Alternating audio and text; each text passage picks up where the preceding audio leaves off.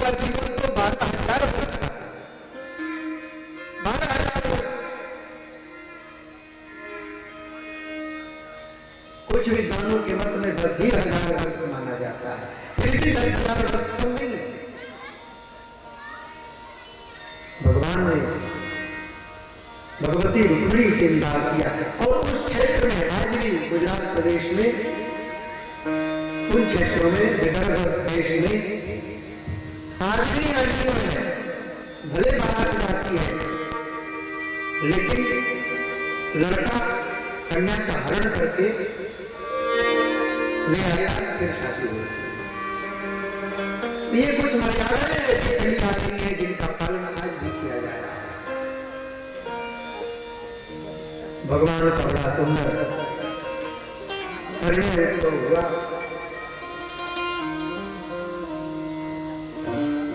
और भगवान के प्रथम पुत्र के रूप में प्रद्युम्न जी महाराज का अवतार हुआ। बोलिए प्रद्युम्न महाराज की। ये प्रद्युम्न जी महाराज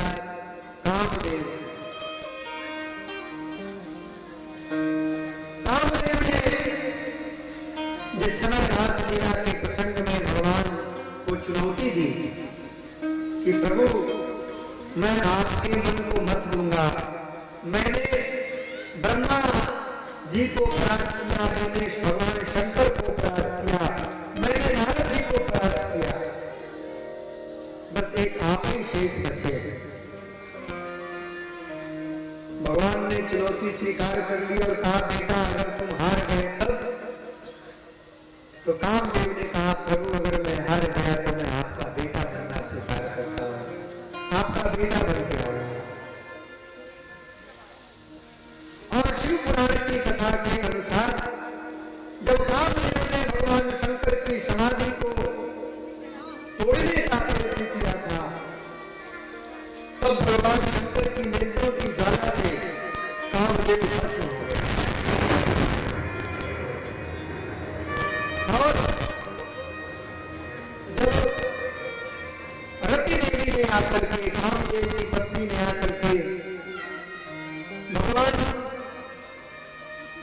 शंकर की आराधना की, स्तुति की, तब भगवान ने प्रसन्न होकर के कहा जब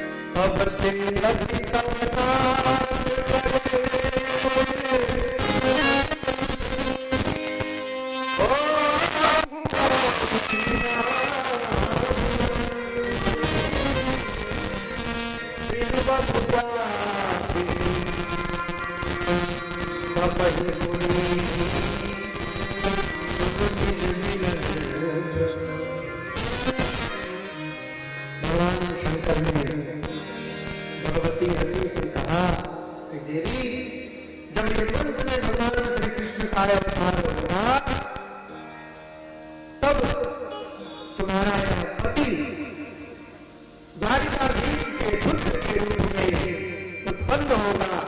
आज भी द्वारिकाधीश के पुत्र के रूप में साक्षात भाव प्रद्युम्न के रूप में उत्पन्न हुआ है।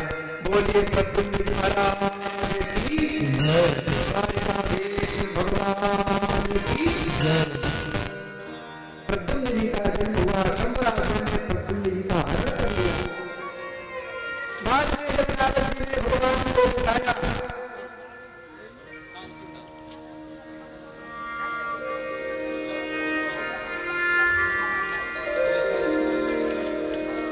उसके प्रद्युम्न जी महाराज को एक तिमिंगल नामक मछली निकल गई। शंबरासुर के राज के मछुआरे ने पकड़ा। शंबरासुर के रसोई में माया देवी के नाम से कामदेव की पत्नी रसोई बनाने का काम करती। वहां उसने प्रद्युम्न जी का पालन पोषण किया। प्रद्युम्न जी महाराज बड़े हो गए और मायावती ने प्रद्युम्न जी को बताया, उनको स्मरण दिलाया कि आप कौन हैं। फिर प्रद्युम्न जी ने शंबरासुर का वध किया। मायावती निर्णय की विद्या को जानती थी। प्रद्युम्न जी को लेकर के द्वारिका में आए। द्वारिका में जब प्रद्युम्न जी को लोगों ने देखा तो लोगों को लगा कि श्री कृष्ण ही आ गए। जब माता रुक्मिणी ने देखा तो माता रुक्मिणी के स्तनों से दूध अपने आप बहने लगे। नारद जी ने आकर के सब कुछ बताया कि कैसे कैसे प्रद्युम्न जी का हरण किया शंबरासुर ने। जब भगवान का ज्ञान थे, भगवान सब जानते हैं, लेकिन विज्ञातार्थों गोविंद, विज्ञातार्थों भगवान पुष्टिनाश जनार्दन, सब कुछ जानते थे, भगवान चुप रहे। नारद और नारद जी ने सारी घटना बताई।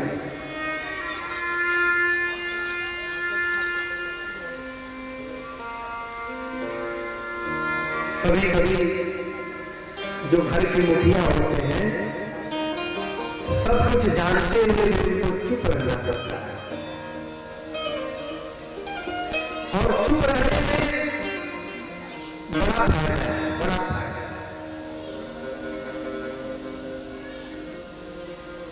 एक लखनऊ के शायर ने एक गजल लिखी।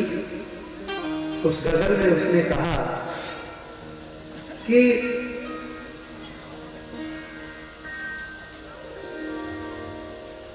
मोहब्बत का दिल में कलम जोड़ते हैं, ये हिंदी जगह है जो हम कहते हैं।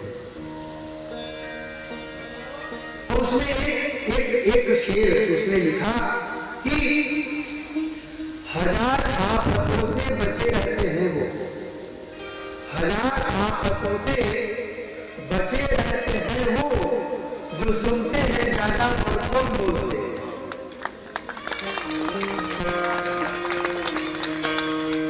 हजार आफतों से बचे रहते हैं जो सुनते हैं ज्यादा और कम बोलते हैं।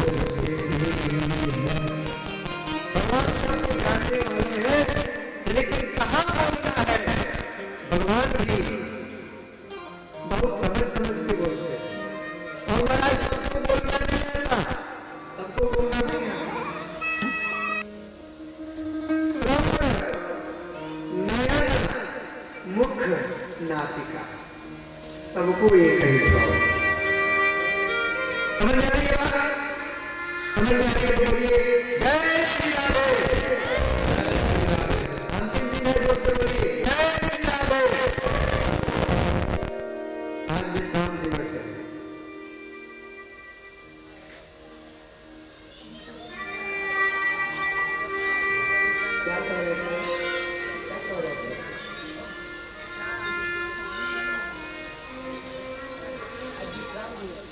उसके पहले। हाँ, श्रवण, नयन, मुख, नासिका, सबको एक जगह पे होते हैं। किसी का ऐसा तो नहीं कि पीछे होता हो। कुछ लोगों के नाक पीछे होते हैं क्या? नहीं होते हैं, आगे ही होते हैं। क्यों पीछे नहीं होते हैं? नाक पीछे इसलिए नहीं होते हैं कि पीछे होंगे तो कोई भी पीछे से आगे काट सकता है, काट सकता है।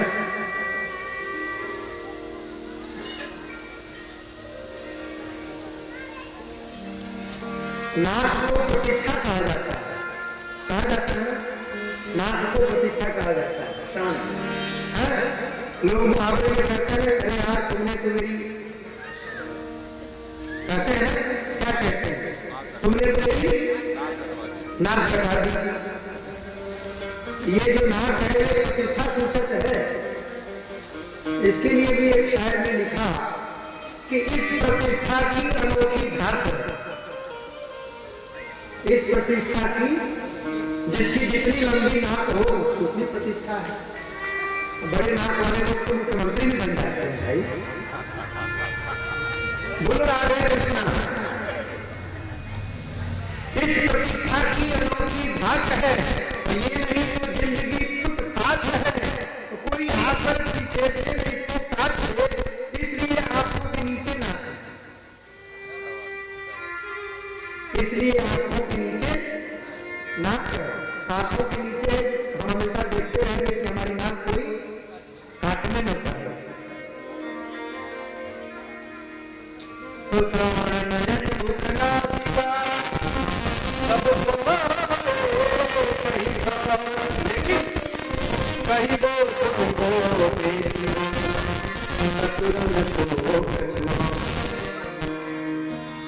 कहना सुनना देखना सबको नहीं आता।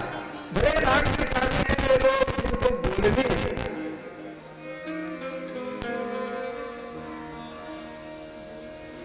एक महात्मा जी मेरे को सुनाया करते थे।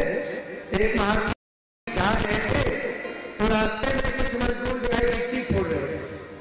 अब तो मशीनों से गिट्टी फोड़ी जाती है, पहले हथौड़े से फोड़ा जाता था। तो कुछ मजदूर गिट्टी फोड़ रहे थे। तो महात्मा जी ने एक मजदूर से पूछा, भैया क्या कर रहे हो? तो उस मजदूर ने कहा कि दोनों फूट गई है क्या? दोनों फूट गई, दिखाई नहीं देता। वो बेचारा परेशान था, बोल रहा था, पसीने पसीने था। महात्मा जी बड़े सिद्ध थे। महात्मा जी उसके तरफ थोड़ा क्रोध से देखे और चल कर उसकी आंखें रोकनी चली गई। महात्मा जी आगे बढ़े तो एक दूसरा मजदूर मिला, उससे पूछे क्या कर रहे हो भैया? तो उसने कहा कि महाराज बाल बच्चे वाले हैं, मजदूरी कर रहे हैं। ठीक है करो करो करो। थोड़ा और आगे बढ़े महात्मा जी तो एक और मजदूर मिला, उससे महात्मा जी ने पूछा, अरे भैया तुम क्या कर रहे हो? मजदूर ने कहा, महाराज इस स्थान पर एक बहुत सुंदर मंदिर बनने वाला है। उस मंदिर के लिए गिट्टी फोड़ी जा रही है, गिट्टी फोड़े जा रहे हैं। और भगवान ने अपने मंदिर के निर्माण कार्य में मुझे भी निमित्त बना लिया है, मुझे भी अपना माध्यम बना लिया। कितना सुंदर उत्तर दिया। तो सबको बोलने नहीं आता।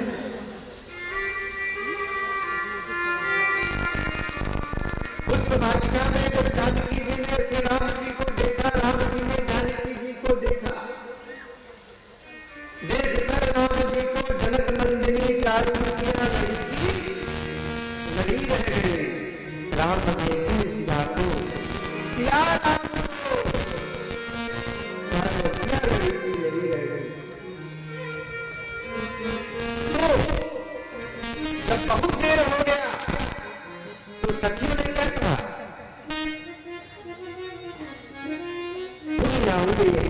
काली हस करी काली। एक सखी ने जानकी जी से कहा कि जानकी हम लोग पूरा नहीं समय कर पाएंगे, ये राजकुमार यहाँ पर आए हैं, ये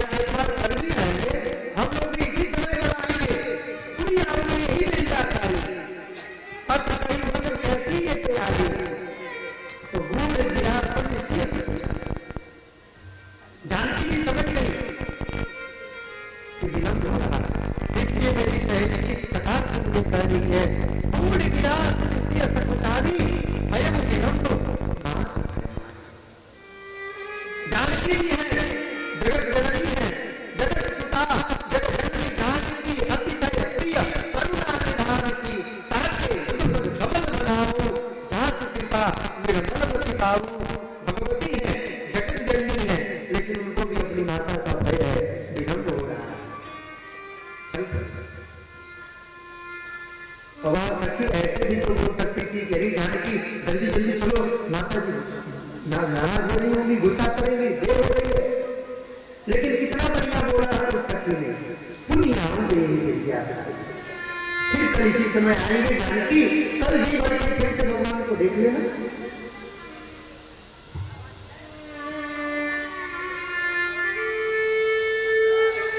भगवान चुप ही रहे। एक समय की बात है, भगवान अपने सुधर्मा सभा में बैठे हुए थे।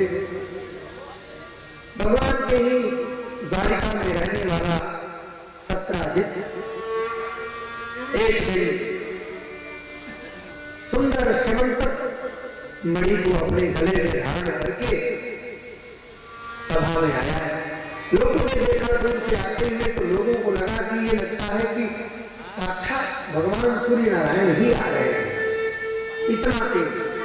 किसी ने कहा लगता है कि भगवान अग्निदेव आ रहे हैं। भगवान श्री कृष्ण सब जानते थे। भगवान ने कहा कि अरे भाई, ये सूर्य नारायण नहीं है, ये अग्नि देवता नहीं है, ये तो अपने राज्य का निवासी सत्राजित है। ये सूर्य भगवान का भक्त है, भगवान सूर्य की उपासना ने इसके एक उपासना से प्रसन्न होकर इसको समंतक मणि दे रखी है। यह मणि प्रतिदिन 8 वर्ष सोना प्रदान करती थी प्रतिदिन।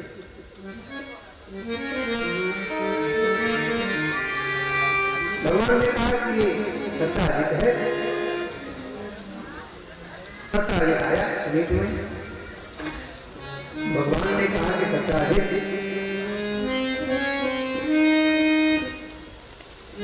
ऐसी अमूल्य मणि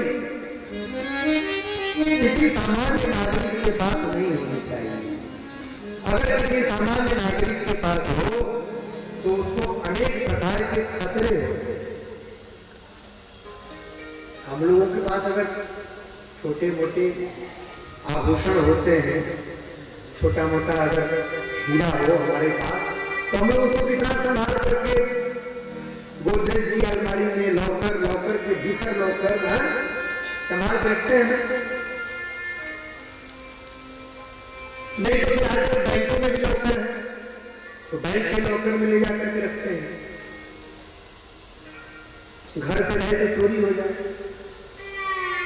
बहुत पहले की बात, एक सेठ जी थे, उनके जो दांत टूट गए थे तो वे सोने का दांत लगवाए थे। रास्ते में एक दिन जा रहे थे, चोरों को मालूम था कि एक सेठ जी ने सोने का दांत लगवाया है। महाराज रास्ते में चोरों ने सेठ जी को पटक करके दांत तोड़ दिए। सोने के तो दांत टूट ही गए, जो असली वाले दांत थे वो भी कुछ के कुछ टूट गए।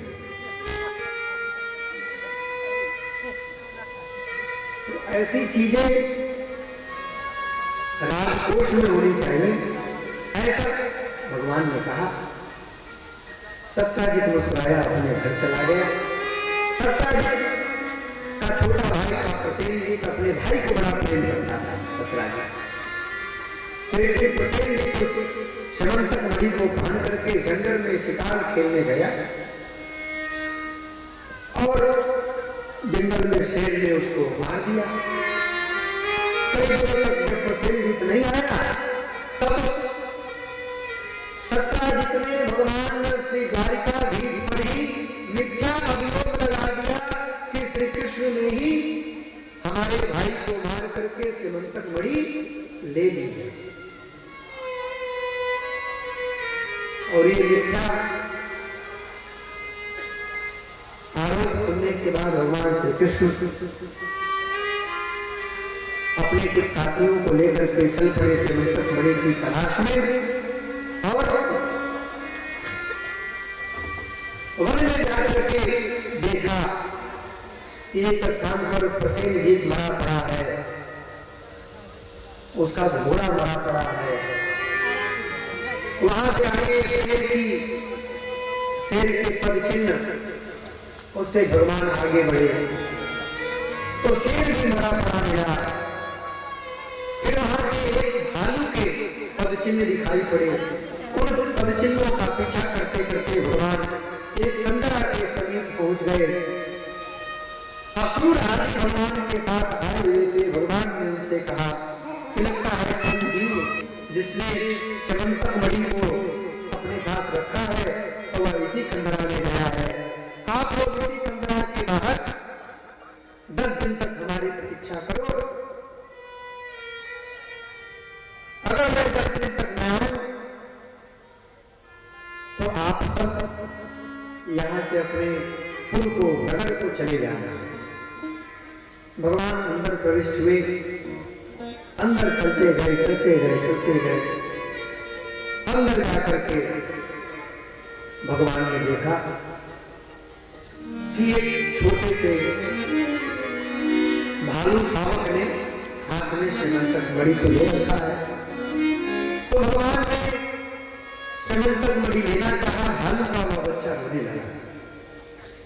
उसकी आवाज को सुनकर के उसका पिता दौड़ा दौड़ा आया और उसने आकर के भगवान श्री कृष्ण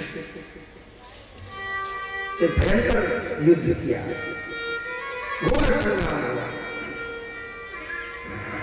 महाराज 28 दिनों तक युद्ध चलता है। वृक्ष उखाड़ करके वह परीक्षित भगवान को मारता। भगवान श्री कृष्ण अपनी गदा के चोट से वृक्षों को तोड़ देते। चट्टान उठा करके मारता। भगवान अपने हाथ के प्रहार से चट्टान को तोड़ देते। भयंकर संग्राम। 28वें दिन जब यह वृक्ष या भालू पसीने पसीने हो गया, थक गया, तब यह हाथ दे करके भगवान के सम्मुख खड़ा हो गया। बोले भगवान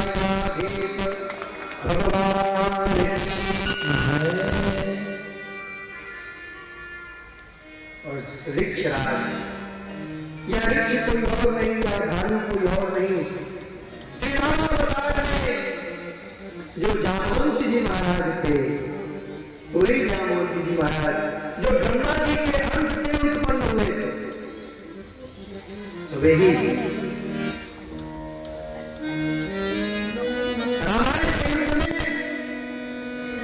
इतना लड़े इतना लड़े इतना लड़े, उनके हाथों की खुजली नहीं निकली। एक दिन रामायण युद्ध के बाद वृक्षराज हाथों में जैसे ऐसे खुजली कर रहे थे, भगवान ने देख लिया।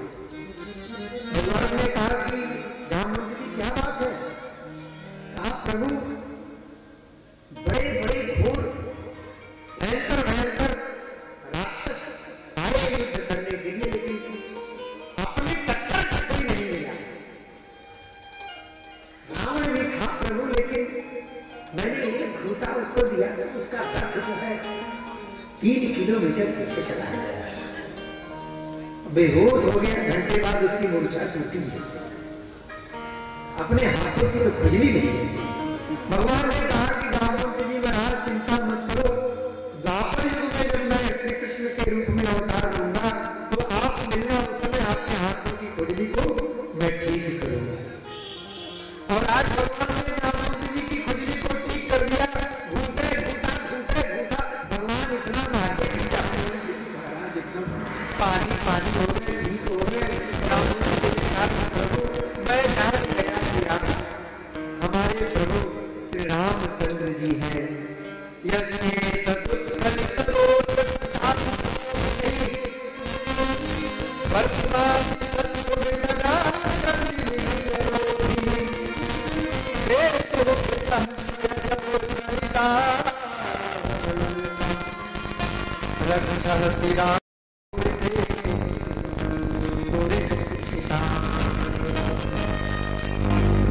जिन आप प्रभु ने स्थापना की, और जब आप वायु का प्रहार करते थे, जब मैं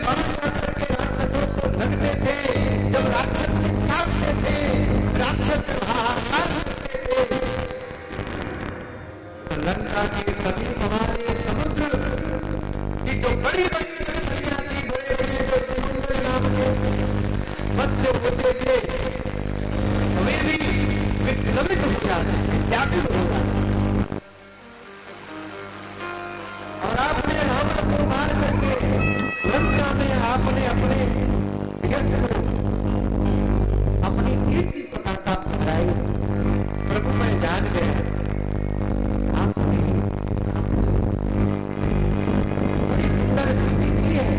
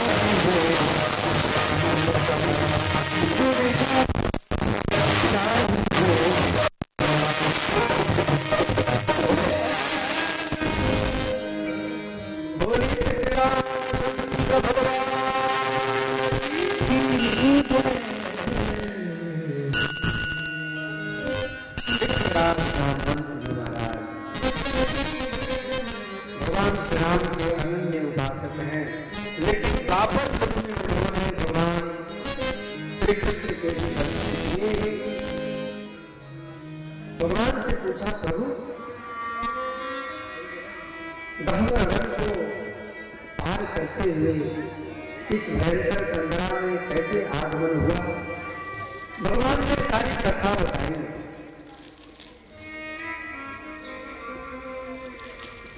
और श्यमंतक मणि के बारे में बताया। जामवंत जी ने कहा कि प्रभु वह श्यमंतक मणि एक शेर ने उस मनुष्य का वध कर दिया था। उस शेर ने श्यमंतक मणि को प्राप्त किया था। मैंने उस शेर को मार करके वह श्यमंतक मणि प्राप्त की, किंतु मैंने वह मणि अपने पुत्री को प्रदान कर दिया।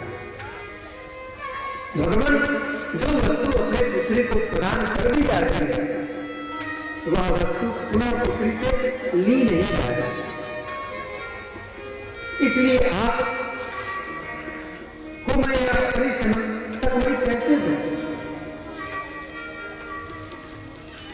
परीक्षित जामवंत ने भगवान से निवेदन किया कि प्रभु एक उपाय है, आपको श्यमंतक मणि मिल सकती है। आप कैसे? आप मेरी कन्या से विवाह करेंगे, कन्या धन भी आपको प्राप्त हो जाएगी और श्यमंतक मणि भी आपको प्राप्त हो जाएगी। मेरी बेटी आपके घर आएगी तो मणि अपने साथ आएगी, या मान लीजिएगा कि वह मणि आपको दहेज के रूप में प्राप्त होगी। बोलिए संत महात्मा लोग कहते हैं कि यह जो वृक्षराज जामवंत की कन्या थी यह बड़ी सुंदरी थी।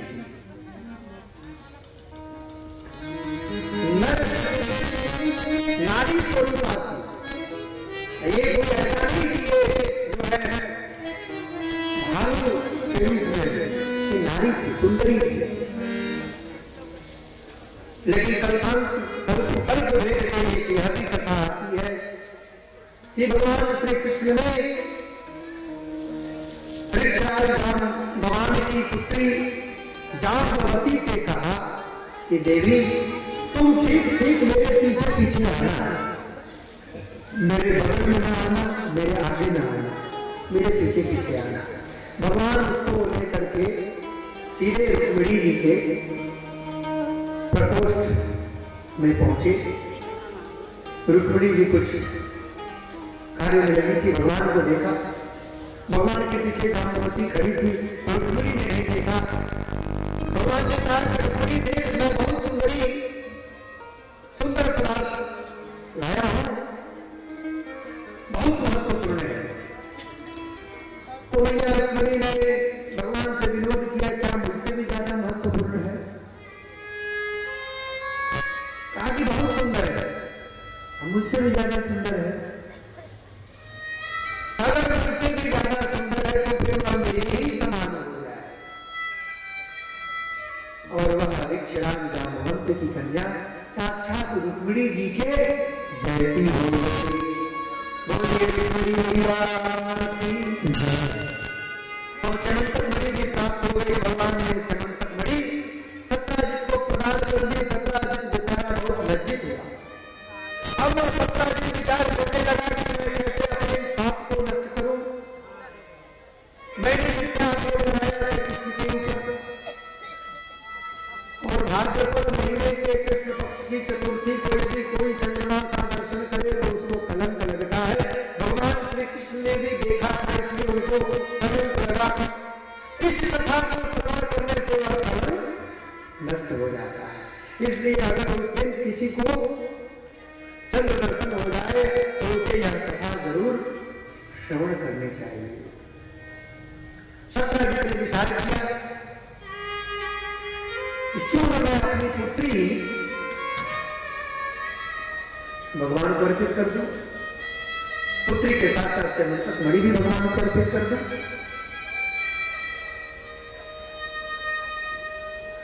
और सत्राजित ने अपनी कन्या का विवाह भगवान श्री वासुदेव से कर दिया। उसने पहले कहा रखा था शतधन्वा को कि मैं अपनी कन्या का विवाह तुमसे करूंगा, लेकिन वर्तमान स्थितियों परिस्थितियों को देखते हुए उसने अपनी कन्या का विवाह द्वारिकाधीश से कर दिया। अभी 3 विवाह हुए हैं महाराज, अभी 16,105 बाकी है। कराए ना, कराते हैं कथा, भले 2-4 दिन और चले हैं, आज ही करा देंगे, एकदम निश्चिंत बैठिए, आज ही सब विवाह हो जाएंगे। सत्यभामा का विवाह भगवान से हो गया, समंतक मणि भगवान को प्रदान किया। सत्राजित ने, भगवान ने कहा कि देखो भाई सत्राजित, एक बार तो ऐसे ही मेरे ऊपर कलंक लग चुका है, अब तुम्हारी मणि को मैं नहीं रखने वाला हूं। तुम अपनी मणि अपने पास ही रखो, अपने घर पे रखो। हाँ, तुम्हारे मणि से जो 8 तोला सोना प्रतिदिन निकलता है, 8 भर सोना जो निकलता है, 8 भर सोना का मतलब होता है 180 तोला सोना, वह ले आकर के तुम द्वारिका के राजकोष में प्रतिदिन जमा कर दिया करो, उससे द्वारिका का राजकोष बढ़ जाएगा। तो सत्राजित अपने घर पे ही रख करके समंतक मणि की पूजा करता, उससे जो स्वर्ण उत्पन्न होता उसे राजकोष में जमा करा देता।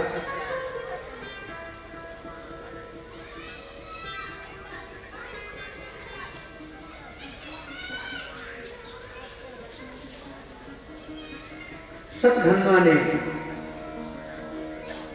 प्रतिज्ञा तोड़ने के फलस्वरूप, जो सत्राजित ने प्रतिज्ञा लिया था कि मैं अपनी कन्या का विवाह करूंगा तुमसे, उस प्रतिज्ञा को तोड़ने के फलस्वरूप रात्रि के समय में जब सत्राजित सो रहा था तो सत्राजित की हत्या कर दी। जब सत्यभामा को पता चला, उस समय भगवान श्री कृष्ण हस्तिनापुर गए।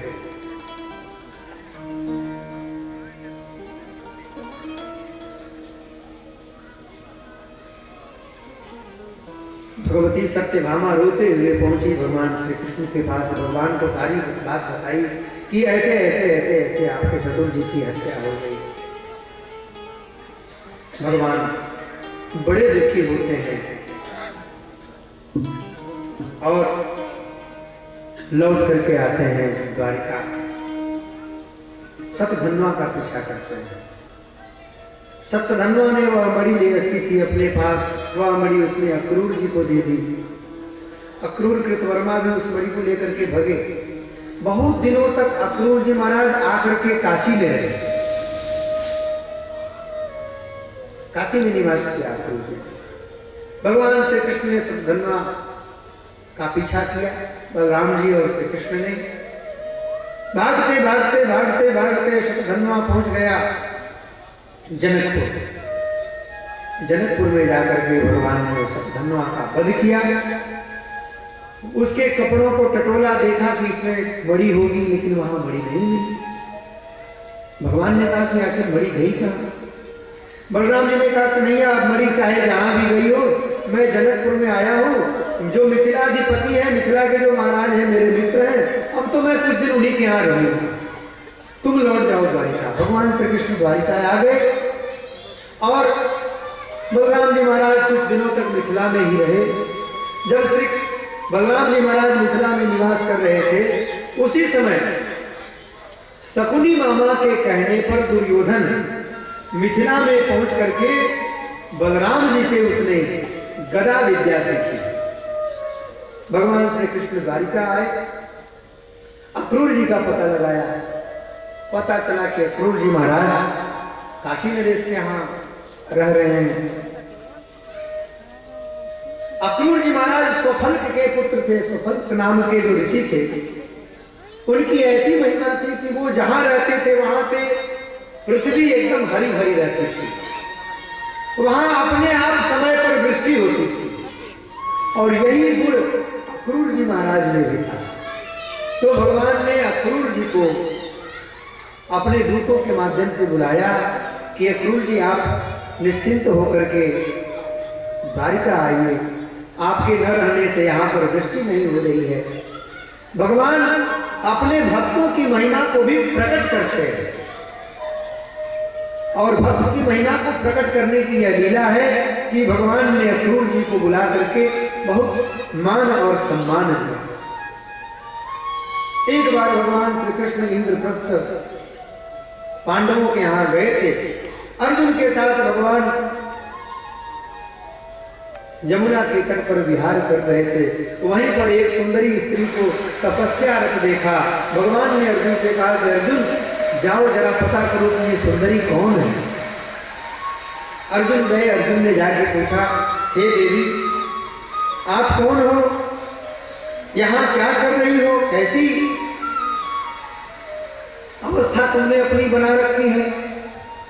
तो उस देवी ने कहा, अहम देवस्य सवितुर्दुहिता प्रतिवीक्षति विष्णु वरेण्यं वरदं तपः परममास्थिता। मैं भगवान सूर्य देव की पुत्री, मेरा नाम कालिंदी है और मैं भगवान श्री विष्णु से ब्याह करना चाहती थी, उनको पति रूप में प्राप्त करना चाहती थी। लेकिन भगवान ने कहा कि जब मैं द्वापर में आऊंगा तब तुम्हारा वर्ण करूंगा। मैं उन्हीं भगवान की प्रतीक्षा में आज तक तपस्या कर रही हूं। इसी यमुना में मेरे पिताजी ने, इस यमुना के जल में मेरे पिताजी ने मेरे लिए एक सुंदर भवन बनवा दिया है। उसी भवन में मैं रहती हूं और यहाँ भगवान को पति रूप में प्राप्त करने के लिए तपस्या करती हूँ। कालिंदी की समाख्याता वसामी यमुना जल निर्मिते भवने पित्रा यावत दच्युत दर्शनम। जब तक भगवान अच्युत के दर्शन न हो जाए तब तक मैं यहाँ ऐसे ही तपस्या करती रहूंगी। अर्जुन ने बताया कि देवी जिन अच्युत भगवान का तुम दर्शन करना चाहती हो वे तो समीप में ही विराजमान है, मेरे रथ में बैठे हुए हैं। आओ मेरे साथ चलो। अर्जुन ने ले जाकर के भगवान श्री कृष्ण से कालिंदी का भी विवाह करा दिया। भगवान के 4 विवाह हो गए। वहीं पे अर्जुन ने खांडव वन को जलाया।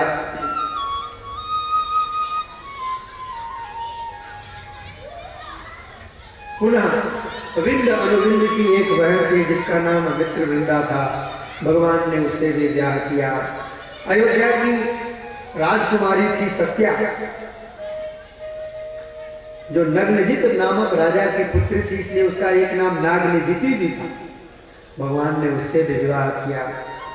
कई देश की एक कन्या थी, राजकुमारी थी, जिसका नाम भद्रा था। भगवान ने भद्रा से विवाह किया। मद्र नरेश की कन्या थी लक्ष्मणा। भगवान ने लक्ष्मणा से विवाह किया। भगवान के कितने विवाह हो गए? भूल गए आप लोग? 8 विवाह हो गए। 8 और 16,100 वर्ष बचे। भौमासुर नाम का दैत्य था जो प्राग ज्योतिषपुर में निवास करता था।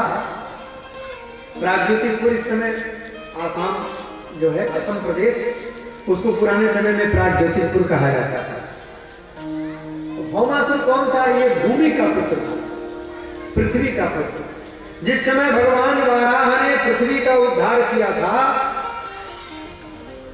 भगवान वाराह के श्वेत पसीने पृथ्वी पर गिरे और उस पसीने से ही पृथ्वी को गर्भ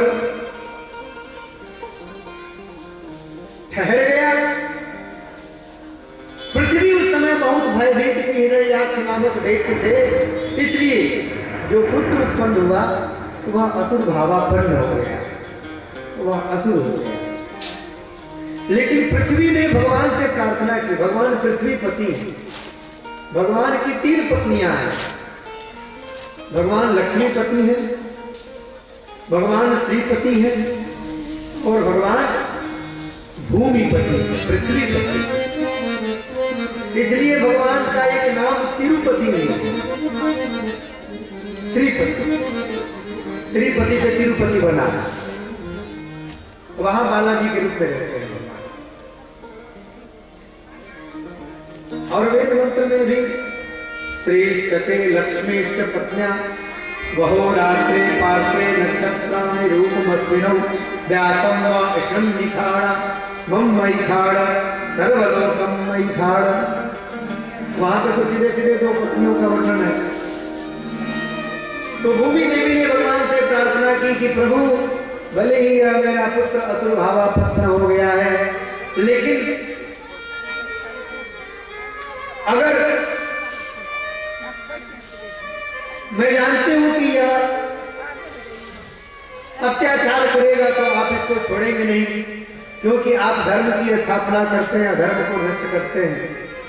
तो मेरी बस इतनी प्रार्थना है कि यदि आप मेरे इस पुत्र का वध करें तो बिना मुझसे पूछे इसका वध न करें। सत्यभामा जो है वो पृथ्वी की अंशभूता है, पृथ्वी की अवतार है, इसलिए भगवान ने सत्यभामा को अपने साथ ले लिया, गरुड़ जी को बुलाया। गरुड़ जी पर सवार होकर के भगवान श्री कृष्ण प्राग ज्योतिषपुर पहुंचे। प्राग ज्योतिषपुर में पहुंच करके भगवान ने भौमासुर का जो प्रधान सेनापति था मुर नामक दैत्य, जिसके 5-5 सिर थे, अत्यंत बलशाली, बहुत भयंकर युद्ध करता था, भगवान ने उसका वध किया। पुनः भगवान ने भौमासुर का भी वध किया। भौमासुर ने 16,100 कन्याओं का हरण करके अपने राज्य में बंदी बना करके रखा। भगवान ने उन कन्याओं को बंदी गृह से मुक्त किया और कन्याओं से कहा कि हे देवियों, आप सब अपने अपने पिता के घर लौट जाइए। कन्याओं ने कहा कि प्रभु, जिन कन्याओं को, जिन लड़कियों को एक भयंकर दैत्य ने अपने राज्य में, अपने बंदी गृह में अनेक वर्षों तक रखा हो, वे कन्याएं जब लौट करके अपने घर में जाएंगी, अपने पिता के घर में जाएंगी, अपने बंधु बांधव के घर में जाएंगी, तो क्या उनके घर वाले उनको स्वीकार करेंगे? आज के जमाने में कोई लड़की कहीं चली जाए, महीने दिन बाद आए और पता न हो कि वो कहाँ गई थी, तो क्या घर वाले उसको स्वीकार करेंगे? तो आज की दृष्टि से ही उस समय को विचार करिए। देवियों ने कहा कि अब हम लोगों को कौन स्वीकार करेगा? प्रभु, आप हम लोगों पर कृपा करिए, आप ही हम लोगों को स्वीकार करिए। हम सब आपसे ही ब्याह करना चाहते हैं।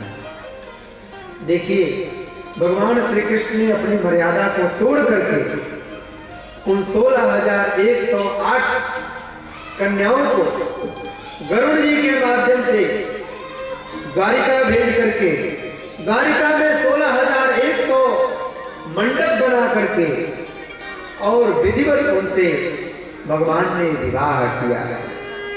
बोलिए द्वारिकाधीश भगवान की। भगवान के 16,108 विवाह हो गए।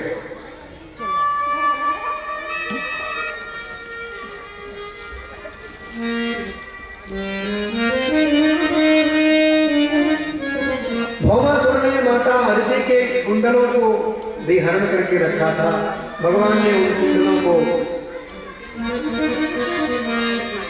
पहुंचाया, स्वर्गलोक में जाकर के माता अदिति को प्रदान किया। एक बार भगवान श्री कृष्ण अपने राज प्रसाद में रुक्मिणी जी के कक्ष में पलंग पर बैठे हुए थे और पलंग पर बैठे बैठे भगवान श्री कृष्ण को विनोद करने की सूझी, मजाक करने की सूझी।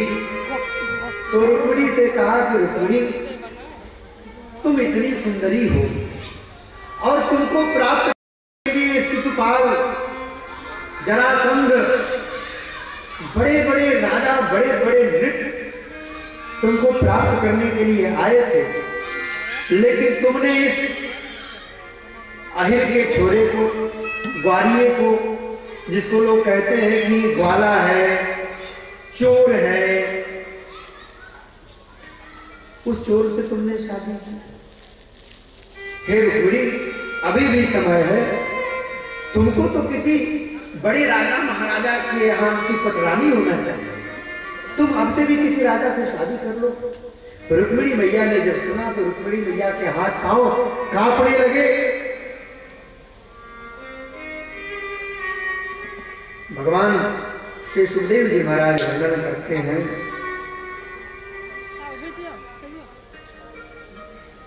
इति त्रिलोके सपदे तदात्मनः प्रियस्य देव्या श्रुतपूर्वमप्रियम् आश्रुत्य भीता हृदिजातवेपतु चिन्तां दुरन्ते रुदती जगा।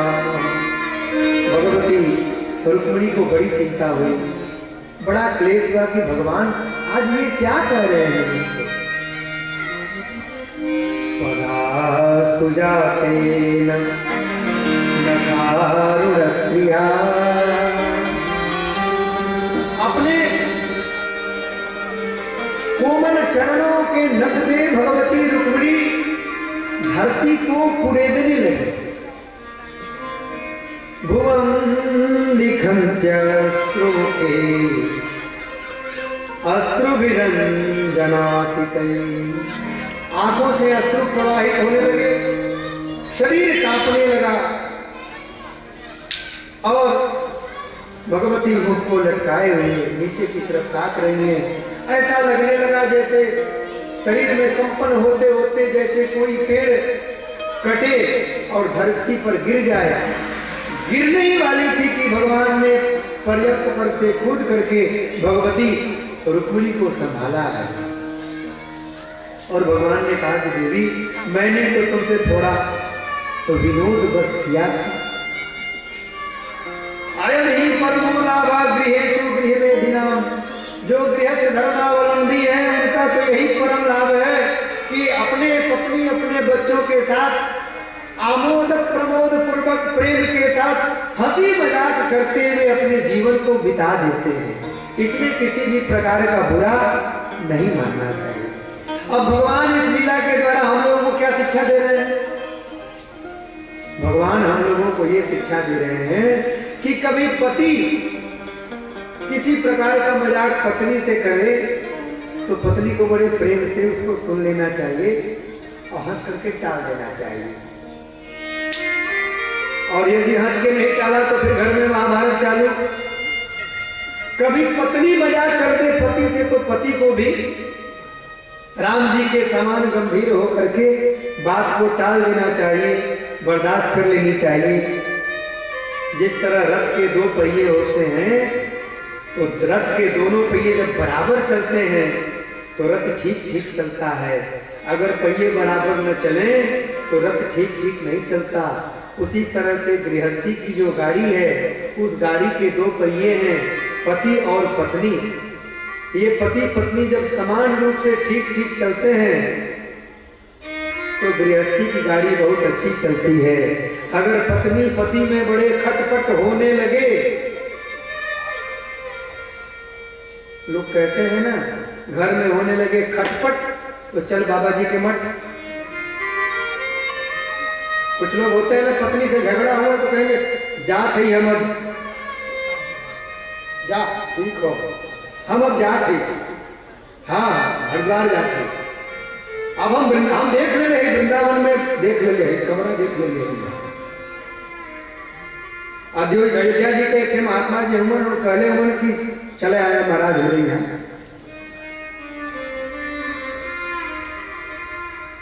तो छोटी छोटी बातों पर नाराज होना अच्छी बात नहीं है।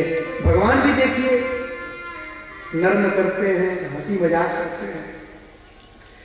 धन्यो गृहस्थाश्रम, गृहस्थाश्रम धन्य है। क्यों? क्योंकि यह गृहस्थाश्रम जो है यह 3 आश्रमों को पोषण देने वाला है। ब्रह्मचारी भिक्षा मांगने कहां जाते थे? गृहस्थों के यहाँ। वानप्रस्थी भिक्षा मांगने कहां जाते थे? गृहस्थों के यहाँ। सन्यासी भिक्षा मांगने कहां जाते थे?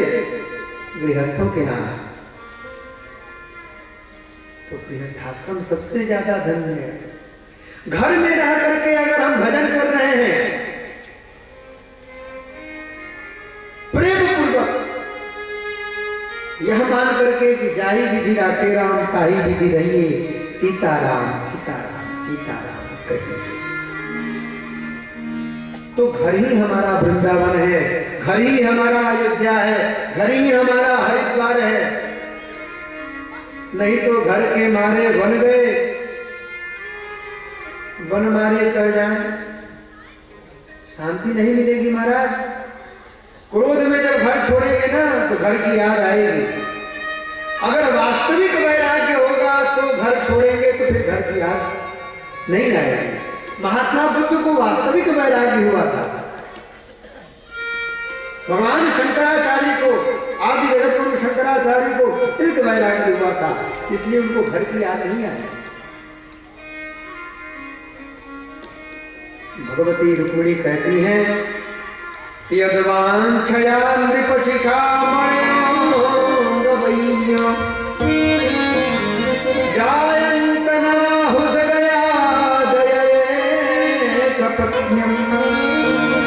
राज्यं विसृज्य विविशुर्वनमम्बुजाक्ष सीदन्ति तेनुपदवीं तैहास्तिताः।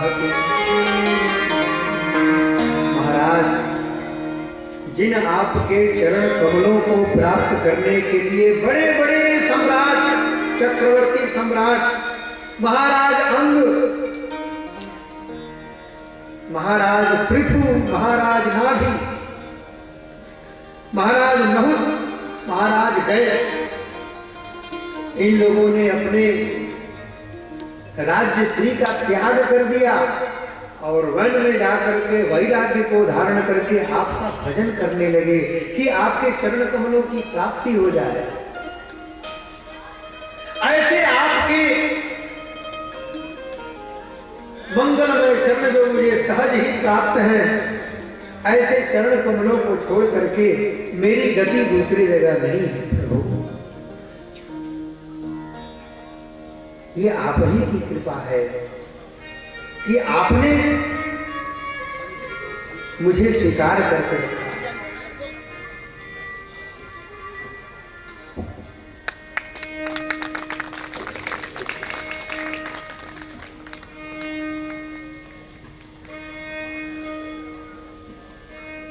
बोलिए द्वारिकाधीश भगवान की जय।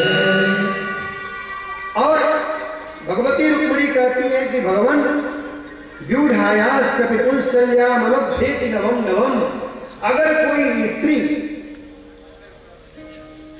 अगर कोई स्त्री जो पतिव्रता नहीं है, पति परायणा नहीं है, तो उसका तो एक पति से भी मन नहीं भरेगा। वह तो प्रतिदिन नए नए पतियों की तलाश करती रहेगी। बुधो सत्यम न दुनिया काम वृद्ध भयच्युता। हे भगवान, ऐसी जो स्त्रियां होती हैं वे इस लोक को भी नष्ट करती हैं और अपने परलोक को भी नष्ट करती हैं। यान यान काम ऐसे कामान मय्य कामाय भामिनी संति ये काम भक्ताया सब कल्याण मुक्तिदा। भगवान रुक्मिणी और भगवान का बहुत सुंदर संवाद होता है। अब इस प्रकार भगवान के 16,108 विवाह हुए और प्रत्येक पत्नी से भगवान के 10-10 पुत्र हुए। 16,108 पत्नियों से 10-10 पुत्र हुए और भगवान का परिवार बड़ा विस्तृत हुआ। 1,61,000 80 तो केवल भगवान के पुत्र हुए। कितने पुत्र हुए? 1,61,080। अब ये पुत्र अगर अपने मौसियों के घर जाएं, एक एक दिन भी रहें, तो 16,108 दिन लगेगा।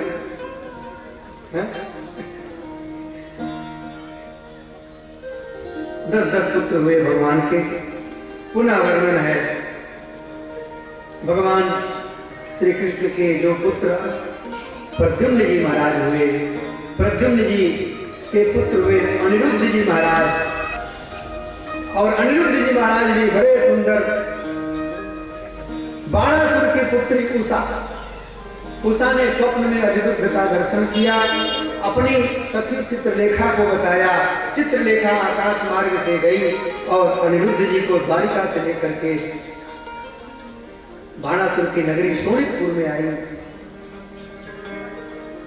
बाणासुर की पुत्री को किसी ने कभी देखा नहीं, बाणासुर उसको इतना गुप्त रखता था। किसी ने उसकी सुंदरता को कभी देखा नहीं, किसी ने सुना नहीं कि वो कितनी गुणवती है, कितनी सुंदरी है, और बहुत सुंदरी थी उषा। 4 मासान 4 महीने तक अनिरुद्ध जी महाराज उषा के प्रकोष्ठ में रहे। जब बाणासुर को पता लगा तो बाणासुर ने आकर के अनिरुद्ध जी को बंदी बना लिया। बाद में नारद जी ने जाकर के जब भगवान श्री कृष्ण को बताया तो भगवान श्री कृष्ण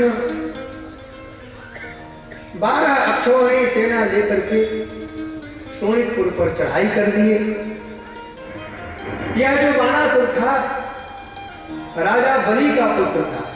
राजा बलि वही राजा बलि जिन्होंने वामन भगवान को पृथ्वी दान में दे दी थी। राजा बलि के 100 पुत्र थे, 100 पुत्रों में सबसे ज्येष्ठ बाणासुर था, और बाणासुर के 1000 भुजाएं थी। एक बार बाणासुर ने अपने भुजाओं से बहुत सुंदर नगाड़े बजाए, गंभीर नगाड़े बजाए, इतना बढ़िया नगाड़ा बजाया भगवान शंकर के लिए कि भगवान शंकर प्रसन्न होकर के तांडव नृत्य कर दिया। और भगवान शंकर ने जब तांडव नृत्य किया, भगवान शंकर